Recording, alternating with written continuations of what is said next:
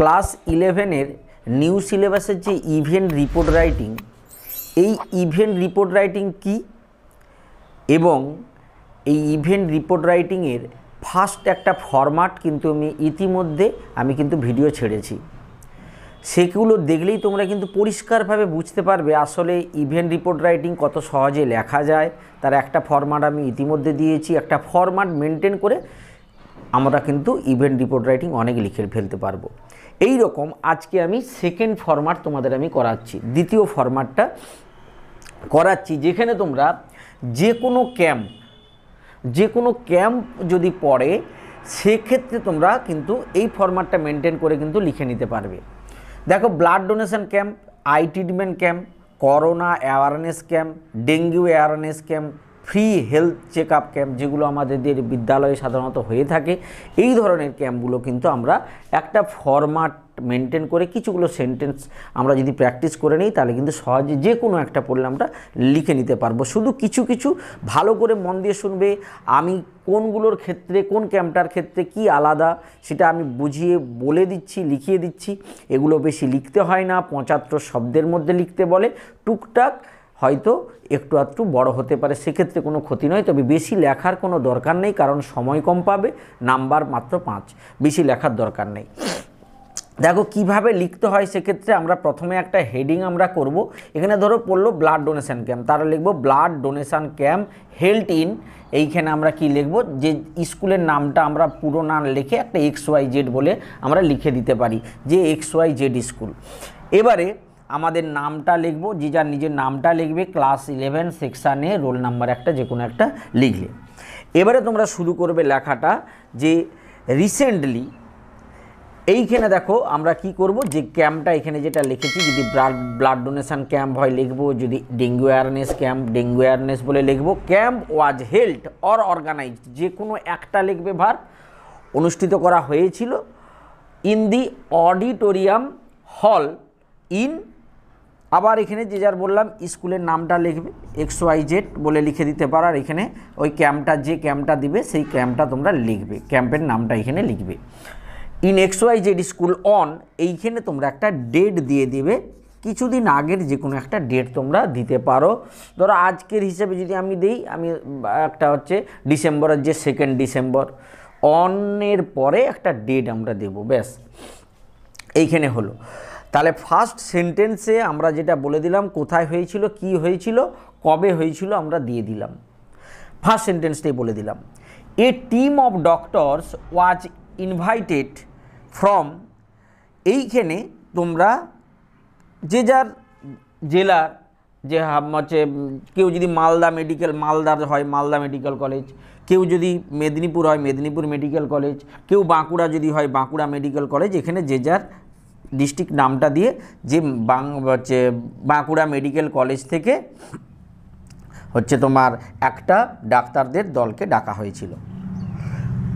কিসের জন্য না, টু কন্ডাক্ট, পরিচালনা করতে, দি ক্যাম্প, এই ক্যাম্পটাকে পরিচালনা করার জন্যে একটা ডাক্তারদের দলকে ইনভাইটেড করা হয়েছিল।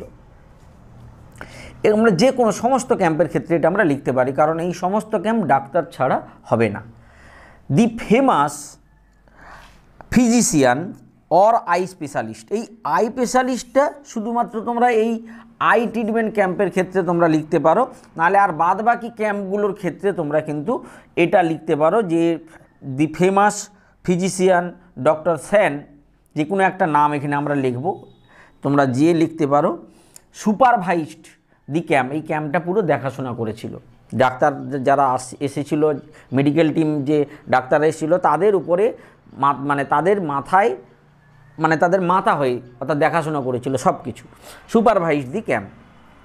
দি local MLA was the chief guest, আমি বলেছিলাম এই ধরনের ক্যাম্পগুলোর ক্ষেত্রে একটা চিফ গেস্ট আমরা উল্লেখ করে দেবো, এবং তার সে পদটাও আমরা বলে দিলাম যে MLA was the chief guest, প্রধান অতিথি ছিল। দি ক্যাম্প স্টার্টেড, ক্যাম্পটা শুরু হয়েছিল, সাবজেক্টযুক্ত V2 ফর্ম সবসময় আমি বলছি এটা পাস্ট টেন্সে আমরা লিখব এই ধরনের ক্যাম্পগুলো। ক্যাম্পটা শুরু হয়েছিল অ্যাট এত, এখানে দেখো একটা টাইম দিয়ে দিয়েছি, তাহলে আমাদের দেখো এখানে প্লেসটা দিয়ে দিয়েছিলি কোথায়, মানে স্কুলে কোন স্কুলে হয়েছিল, এবং কোথায় হয়েছিল আর হচ্ছে ডেট দিয়ে দিয়েছিলাম, এখানে টাইমটা দিয়ে দিলাম। ডেট, টাইম, প্লেস কিন্তু উল্লেখ করতে হবে। With the welcome speech of the headmaster, প্রধান শিক্ষক মহাশয়ের উদ্বোধনী বক্তৃতার মাধ্যমে এই ক্যাম্পটা শুরু হয়েছিল। দেন তারপরে দি চিফ গেস্ট, প্রধান অতিথি, গেভ দিয়েছিল, দেখো সাবজেক্ট গিভের পাস্ট ফর্ম ভি2 ফর্ম আছে, দিয়েছিলেন এ স্মল স্পিচ, একটা ছোট্ট বক্তৃতা on the relevance of the camp, এই ক্যাম্পের গুরুত্বের উপরে একটা বক্তৃতা তিনি দিয়েছিলেন। এইবারে চলো যেটা মন দিয়ে দেখবে, আমাদের প্রতিটা ক্যাম্পের ক্ষেত্রে দু একটা মানে 3-4টা সেন্টেন্স এক হবে না, আবার শেষটা একটু এক হবে, কিন্তু মাঝখানে আমরা এই ক্যাম্প অনুযায়ী 2-3টা সেন্টেন্স প্রত্যেকের জন্য আলাদা আলাদা করব। খুব বেশি নয়, আমাদের এতে 75 ওয়ার্ডের মধ্যে বলেছে, আমরা যদি এইখানেই আমরা গুনে নিই আমরা কিন্তু 50 হয়তো আপ হয়ে গেছে আমাদের ওয়ার্ড। 5 নাম্বারের জন্য বেশি লিখতে হয় না। চলো আমরা দেখে নিই কোন কোন ক্যাম্পের ক্ষেত্রে কোন কোন সেন্টেন্সগুলো আমরা আলাদা আলাদা লিখব। দেখো এই ব্লাড ডোনেশন ক্যাম্পের ক্ষেত্রে আমরা এই অংশটা লিখব, মানে যতটা আগে লিখেছি তার সঙ্গে এইটা যোগ করব মিডিলে। আর আই ট্রিটমেন্ট ক্যাম্প বা হেলথ চেক আপের জন্য আমরা এই অংশটা যোগ করব। আর করোনা বা ডেঙ্গু অ্যাওয়ারনেস ক্যাম্পের ক্ষেত্রে আমরা এই অংশটা যোগ করব। কি আছে দেখো, যদি ব্লাড ডোনেশন ক্যাম্প হয় ওর পরে আমরা কি লিখব, দেন সাম টিচার্স অ্যান্ড স্টুডেন্টস, তারপরে কিছু শিক্ষক এবং ছাত্রছাত্রীরা অফ ক্লাস 11 অ্যান্ড 12, কারণ 10 পর্যন্ত তারা যথেষ্ট ছোট, 11 অ্যান্ড 12 পর্যন্ত ছাত্রছাত্রীরা ডোনেটেড দান করেছিল ব্লাড, রক্ত ইন দি ক্যাম্প, এই ক্যাম্পে। Total number of donors, total number ছিল ওয়াজ 60 জন। A certificate and a tiffin, একটা সার্টিফিকেট এবং একটা tiffin were given to the donors, ডোনারদেরকে দেওয়া হয়েছিল। ঠিক আছে, অর্থাৎ এই অংশটা আমরা কিন্তু ওর পরে লিখব। লিখে এবারে আমরা শেষ করব কি, the program came to the end at, এবার একটা আমরা এখানে যে কোনো টাইম দিয়ে দিল, ধরো 2 PM, দুটোর সময়, এখানে 2 PM যেহেতু লেখা আছে এখানে 2 লিখবে, 2 PM with the headmasters vote of thanks speech, প্রধান শিক্ষক মহাশয়ের ধন্যবাদ জ্ঞাপক বক্তৃতার মাধ্যমে। এটা সবের ক্ষেত্রে আমরা লিখব। এর আগের ফরম্যাটটাতেও ছিল, overall it was an enlightening and exciting experience, একই রকম সেটা রয়েছে। এবারে যদি আমরা আই ট্রিটমেন্ট বা free health check up camp হয় সেক্ষেত্রে আমরা কি করব, সেই প্রথম যেটা লিখেছি তারপরে লিখব, দেন the doctors checked the health, স্বাস্থ্য পরীক্ষা করেছিলেন অফ দি স্টুডেন্ট, ছাত্রছাত্রীদের। এবারে এটা যদি আই ট্রিটমেন্ট ক্যাম্প হয় এই হেলথের জায়গায় শুধু লিখে দিবে যে then the doctors checks the eyesight of the students, এইটুকু একটু খেয়াল রাখতে হবে। দে প্রোভাইডেড, তারা দিয়েছিলেন দি স্টুডেন্ট, ছাত্রছাত্রীদেরকে স্পেকটাকেলস, চশমা দিয়েছিলেন, ইফ রিকোয়ার্ড, যদি দরকার হয় চশমাও দিয়েছিলেন। Free medicines were also given in the camp, free মেডিসিনও দেওয়া হয়েছিল ক্যাম্পেতে। এবারে এই যে স্পেকটাকেলের যে ব্যাপারটা, এটা আই ট্রিটমেন্ট ক্যাম্পের ক্ষেত্রে লেখো, আর যে ফ্রি হেলথ চেক আপ ক্যাম্পের ক্ষেত্রে এটা না লিখলেও হবে, কিন্তু ওষুধের ব্যাপারটা কিন্তু আমরা দুটোর ক্ষেত্রে আমরা দিতে পারি। এবারে যদি ডেঙ্গু অ্যাওয়ারনেস ক্যাম্প আর করোনা অ্যাওয়ারনেস ক্যাম্প যদি হয়, এরকম কোনো অ্যাওয়ারনেস ক্যাম্প, সেক্ষেত্রে আমরা কী করে লিখবো, তারপরে দেন দি ডক্টরস গেভ, যে ডাক্তাররা এসেছিল তারা দিয়েছিলেন ডিটেইলড ইনফরমেশান, পুরো সম্পূর্ণ যে তথ্য অ্যাবাউট দি ডিজিজ, এই রোগটা সম্পর্কে, ডেঙ্গু হলে ডেঙ্গু, করোনা হলে করোনা, সেই রোগ সম্পর্কে, অ্যান্ড ইটস প্রিভেন্টিভ মেজার্স, এবং এর যে এগুলো থেকে আমাদের বাঁচতে হলে যে কী পদক্ষেপ নিতে হবে সেগুলো সম্পর্কে তারা ডিটেল বলেছিলেন।